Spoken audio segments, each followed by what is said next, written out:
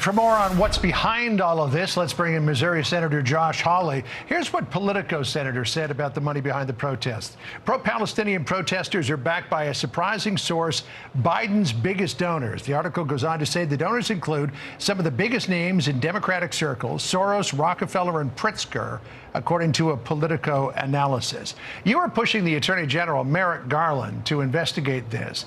What do you want to know? What do you know so far? And what do you think Garland is going to do with your demand? Well, first of all, can I say that this is the least surprising development? I mean, these are the same people, the same liberal dark money groups who funded the BLM protests, who funded Biden's election last time, funding his reelection this time. And here's what I want to know. I want to know, are they now funding illegal activity?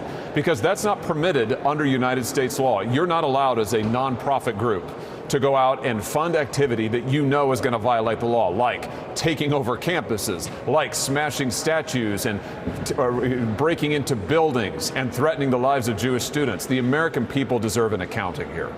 Well, certainly the leadership at the New York Police Department is thinking that there is a bigger operation behind these campus protests. The Chief of Patrol, John Chell, is talking about students being radicalized. He said there is an unknown entity who is radicalizing our vulnerable students, taking advantage of their young minds. As parents and Americans, we must demand some answers. We will use the might of our Intelligence Bureau and our federal partners to quite simply connect the dots.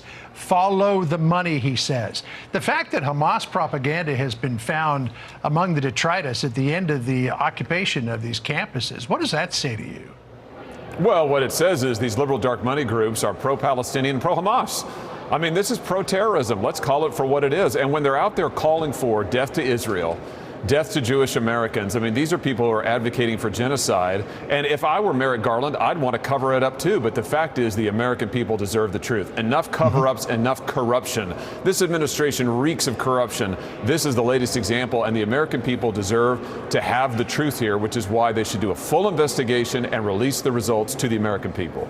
So yesterday on Capitol Hill, speaking on the occasion of Holocaust Remembrance Day, as part of the Holocaust Memorial Program, Joe Biden said that his support for Israel remains ironclad.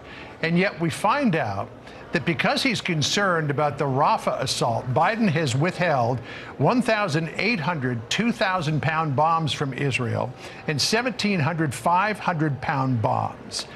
This, again, is because he's concerned that U.S. munitions could be used in Rafah. Is President Biden doing what's in the best interest for Israel as it tries to eradicate Hamas?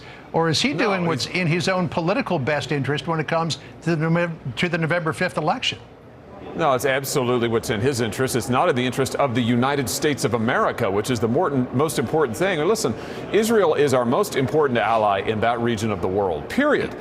And here he is hamstringing them at the same time, John, that he is providing aid to Hamas. The shipments of so-called humanitarian aid going to Gaza, reports this last weekend showed that they were seized by Hamas. I mean, of course they are, because Hamas controls Gaza. So here he is funding Hamas, helping Hamas, and hamstringing Israel. Nothing could be more upside down when it comes to actually protecting the American people, protecting Jewish Americans, or standing by our ally Israel.